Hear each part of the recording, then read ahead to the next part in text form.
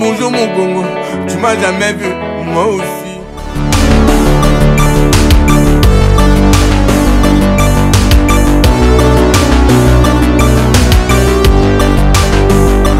Je vais brûler tous ces livres, les livres qui parlent de la science politique, des livres en espagnol, tous ces livres. J'ai plein de livres que je vais brûler. J'ai plein de livres que je vais brûler parce que elles allaient bien, je vais brûler ça. Vous qui suivez Congo Étoile TV, partout où vous vous retrouvez, bonne journée, bon après-midi, ce n'est pas l'important. Pour toute personne qui connaît cette chaîne, qui est abonné sur cette chaîne, c'est que ici on ne passe pas n'importe quelle vidéo. Et la vidéo que je vous fais ce soir, c'est un témoignage propre. Je venais de faire une vidéo déjà pour témoigner, mais ça n'a pas marché. Je ne sais pas pourquoi ça ne marche pas. Depuis 22 heures, je cherche à monter cette vidéo, mais ça ne fonctionne pas. Alors je me suis dit, je ne vais pas laisser le diable comme ça. J'ai refait la vidéo.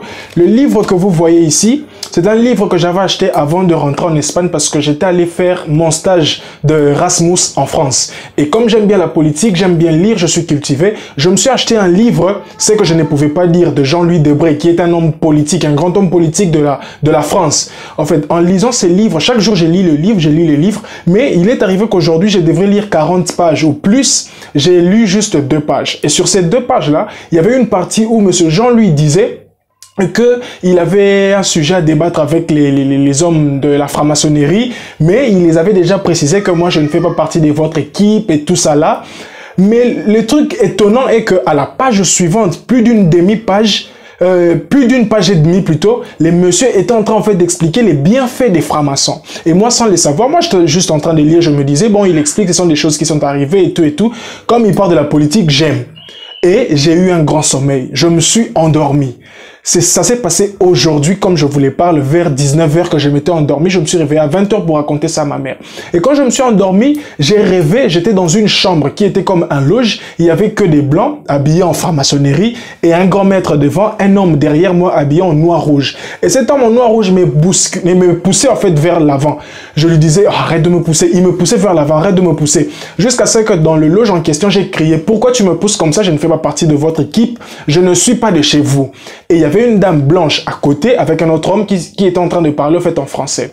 Et dans le sommet en question, je suis allé dans la chambre de ma mère pour raconter ça à ma mère, mais à chaque fois que je voulais le faire, il y avait un monsieur qui apparaissait. Soit il vient pour donner un habit à ma mère, soit il vient pour Akengela, je ne sais pas comment on dit, pour regarder qu'est-ce qu'on disait là-bas. Donc il m'empêchait en fait de dire ça à ma mère. Et je me suis réveillé, j'ai aussi pris le courage de partir dans la chambre de ma mère pour lui raconter ce que j'ai fait comme rêve. Les personnes qui me connaissent, ma famille, savent très bien que je ne rêve pas juste pour rêver.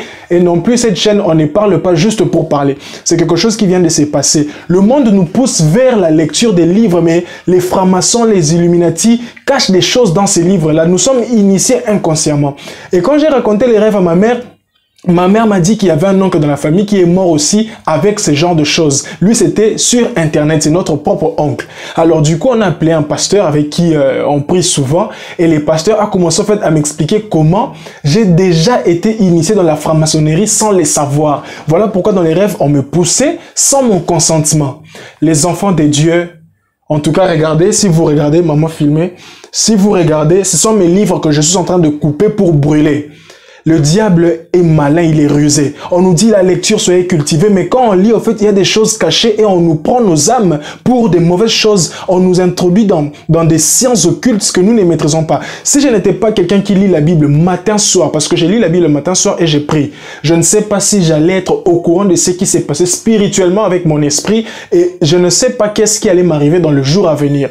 Je vous fais ce témoignage comme enfant de Dieu. Vous êtes chrétien, vous êtes étudiant, vous êtes dans la politique, dans la médecine et tout. Si vous êtes un enfant de Dieu, faites attention à tout ce que vous lisez.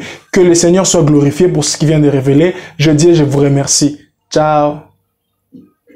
Le livre en question de M. Jean-Louis Debré, c'est que je ne pouvais pas dire. C'est ça le livre. Je suis en train de déchirer les livres. Merci à vous. En tout cas, faites attention et prenez bien soin de vous. Et aussi, ici en Espagne, nous sommes déjà enfermés parce que le corona fait rage ici. C'est déjà la zone rouge. Donc, on ne sort plus, on ne fait plus rien. Priez pour nous, que le Seigneur vous bénisse. Merci.